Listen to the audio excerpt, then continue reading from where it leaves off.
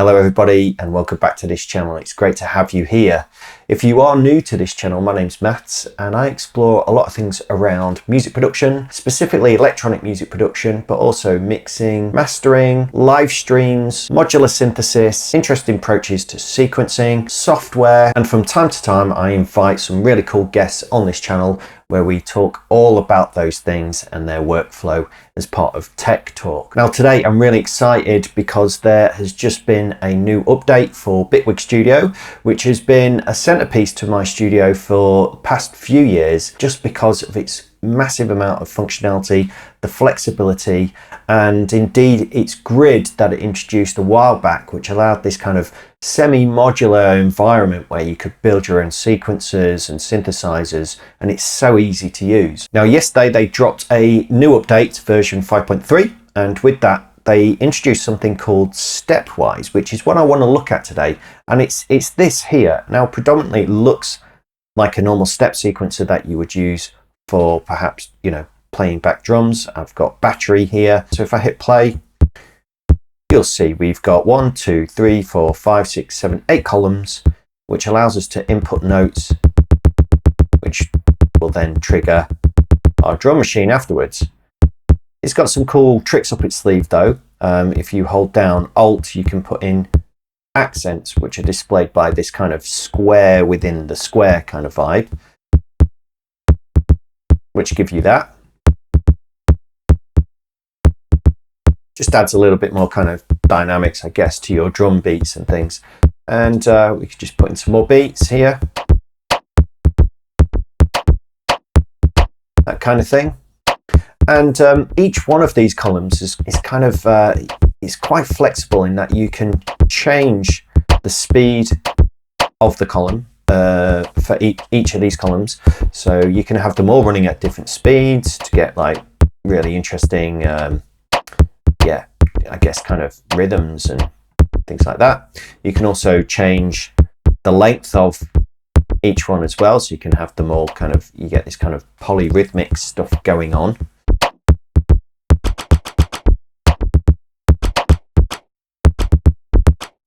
That kind of thing.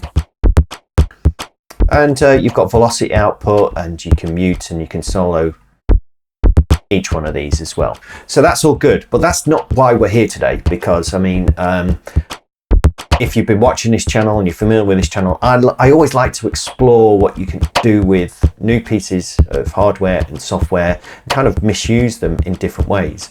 So today I'm not actually going to use this to program some beats.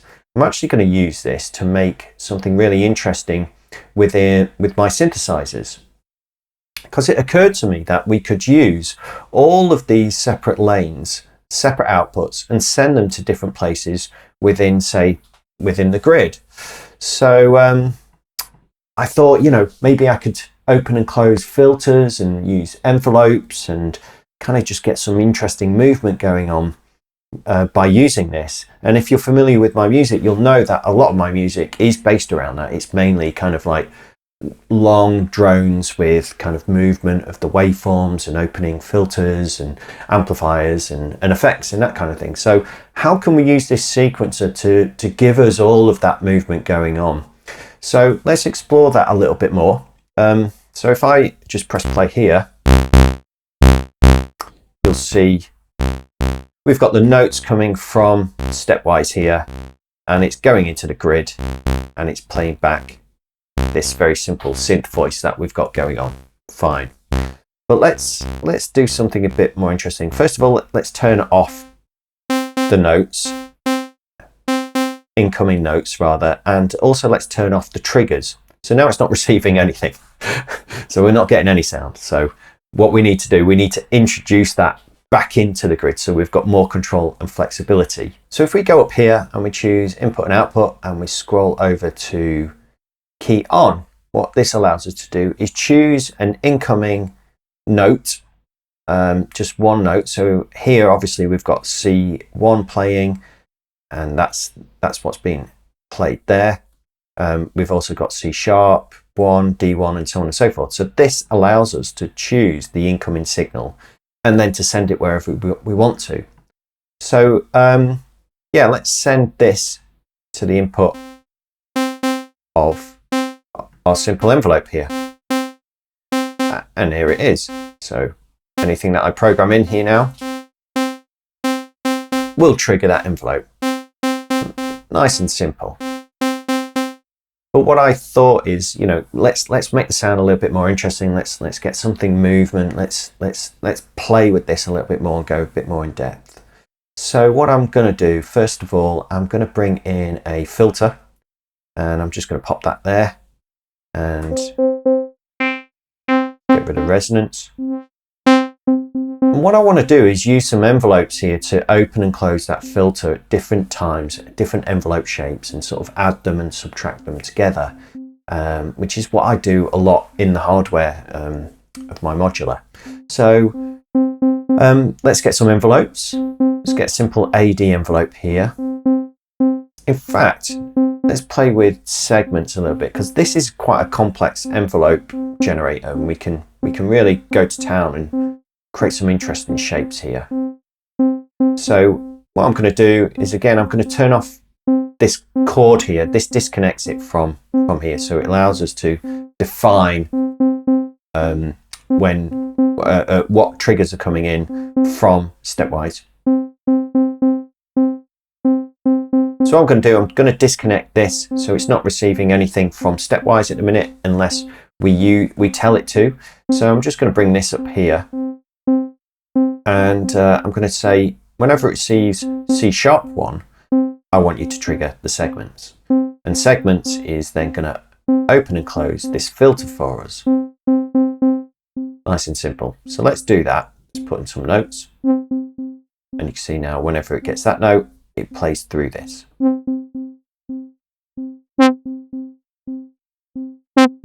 Nice.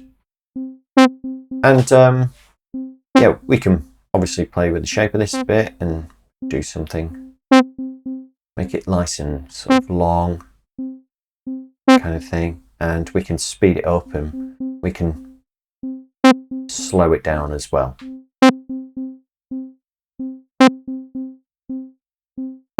In fact, if we go to this one,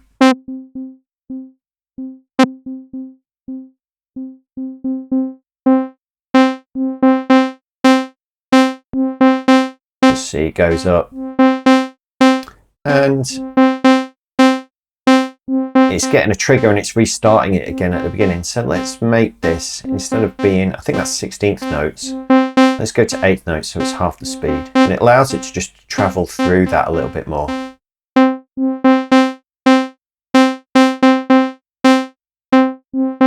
Before it receives another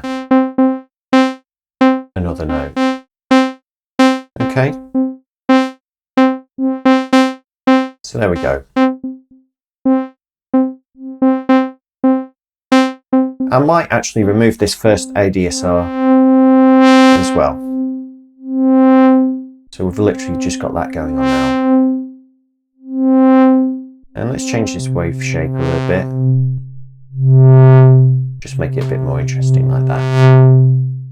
So that's quite cool. Okay, let's continue with this principle. So now let's get an AD out. This is like a really nice short ADSR. Oops, it's not an ADSR, it's an attack decay rather.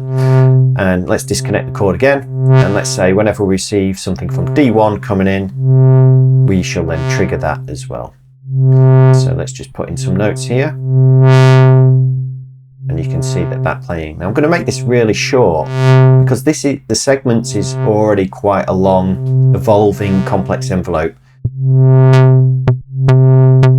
I'm now adding short bursts to that. I'm adding that to the signal, if you like.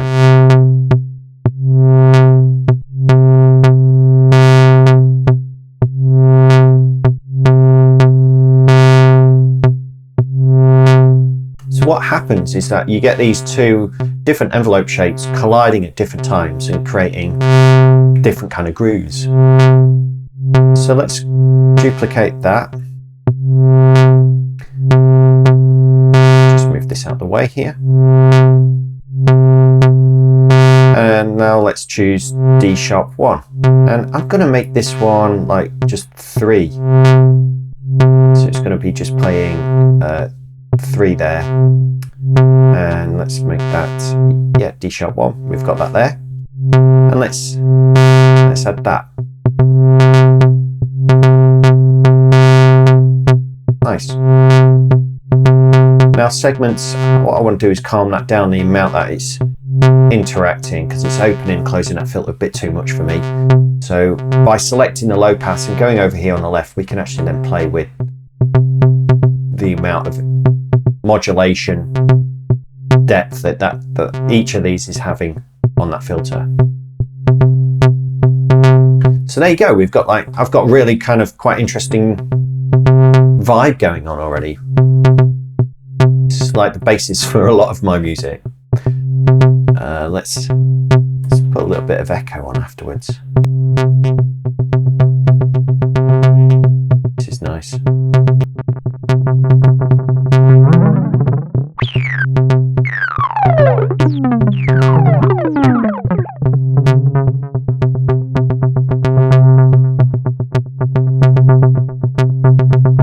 Quite like to work with delay times that are not synced to the DAW. Just got a bit more vibe, a bit more feel. I do like sound toys because you get all this kind of extra joy to play with here, and you can make it a bit wonky and play with different tape styles. And you've got different echo modes here as well. Rhythmic echoes are quite interesting. But I'm just going to leave it on that for now. You can also saturate it a little bit. Cool. I wonder if we add another one, if it's going to be too much. But let's try. Let's move this one to E. And now I can think about where it's going to land. So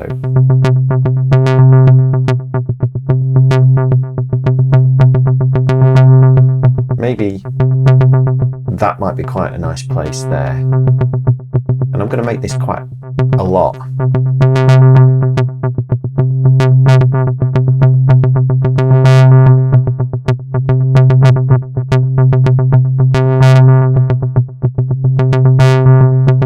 There we go. So that's quite nice. And that, of course, that's just kind of one instance of this. What I might do is just use this one here and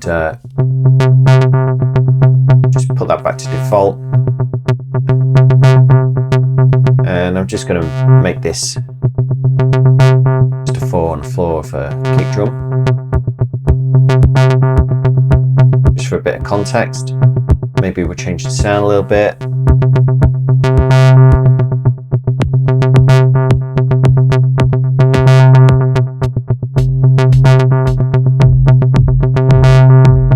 There we go.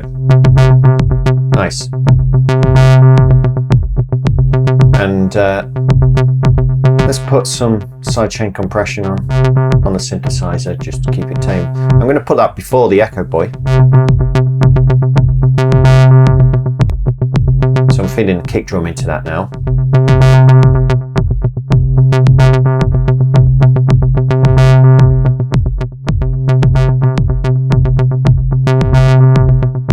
So you can see that happening.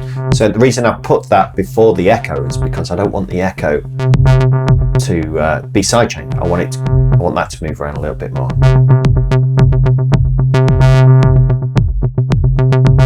Okay. Yeah, so that's kind of where I wanted to get to in this video, but I think there's more that we can probably explore with this a little bit more. I mean, certainly we can kind of play around with the sound a little bit more and vibe it up a little bit more. I mean, we can boost the input into the filter a little bit. And also, if we go and grab ourselves a mixer, let's combine some voices together. So we might have that oscillator going in. And then if I go and choose, I haven't really played around with this one, scroll.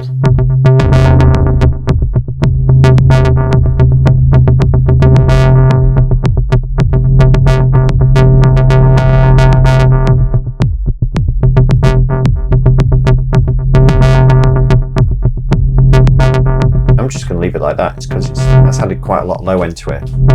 Now this is only playing one note, you know, and for me, a lot of my music doesn't work if I just put in load of notes into it. I don't feel like it benefits much, but let's try it.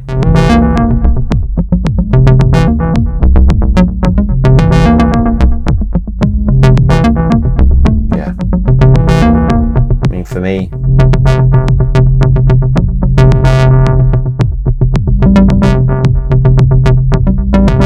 maybe that at the most.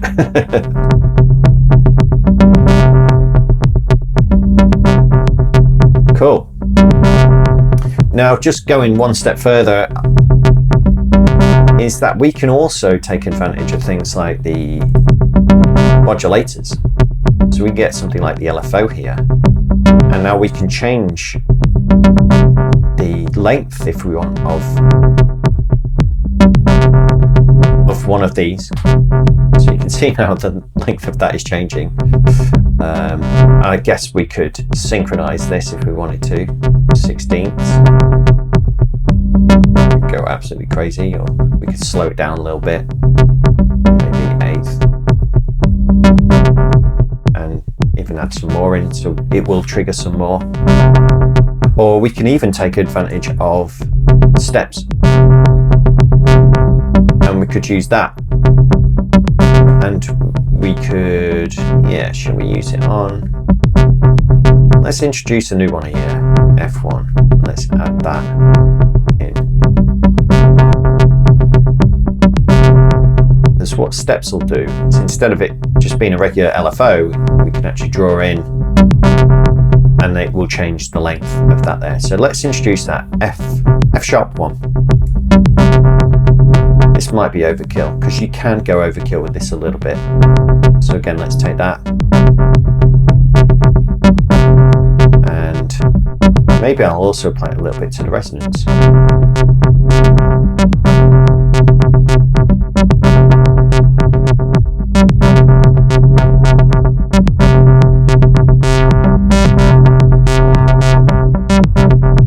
And of course, that's only going to trigger when those notes are available, because of this dictating the length of that.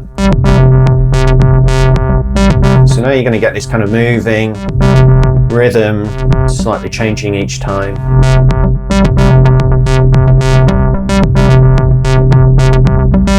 Nice.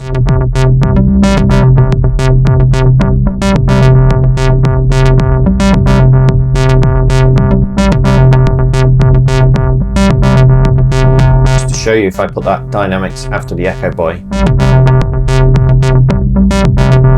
it makes it sound a bit more tighter, which I'm much more into, things feeling a little bit more movement and organic.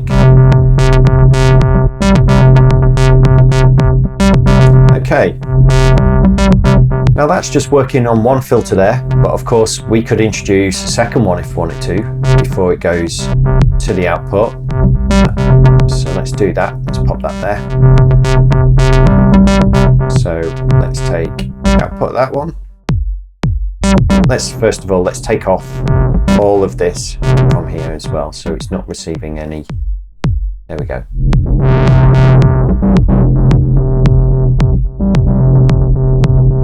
Let's try the XP.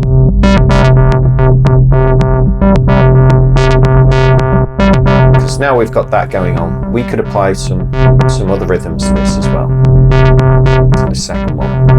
Just move that out of the way. I'm trying to keep this clear for you, so you can see what's going on.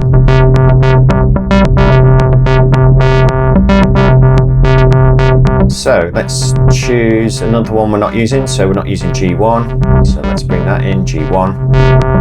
Increase the attack time. And let's add that to this. And then whenever we get a trigger,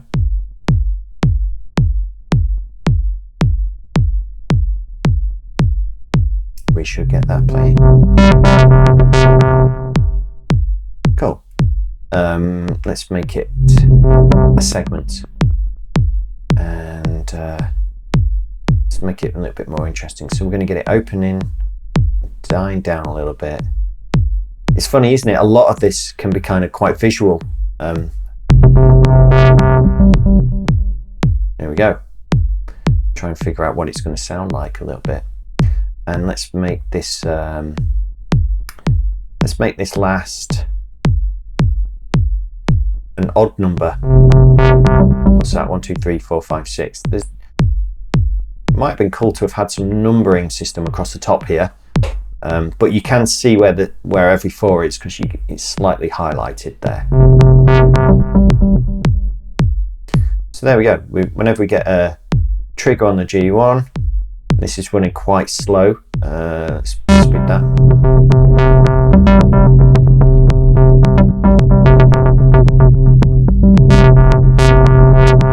Play around with the speed a bit. Let's go to 8s.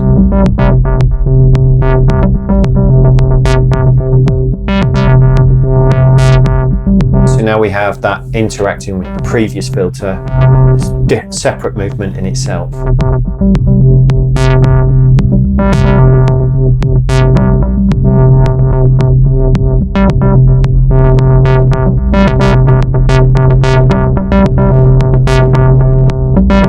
Nice.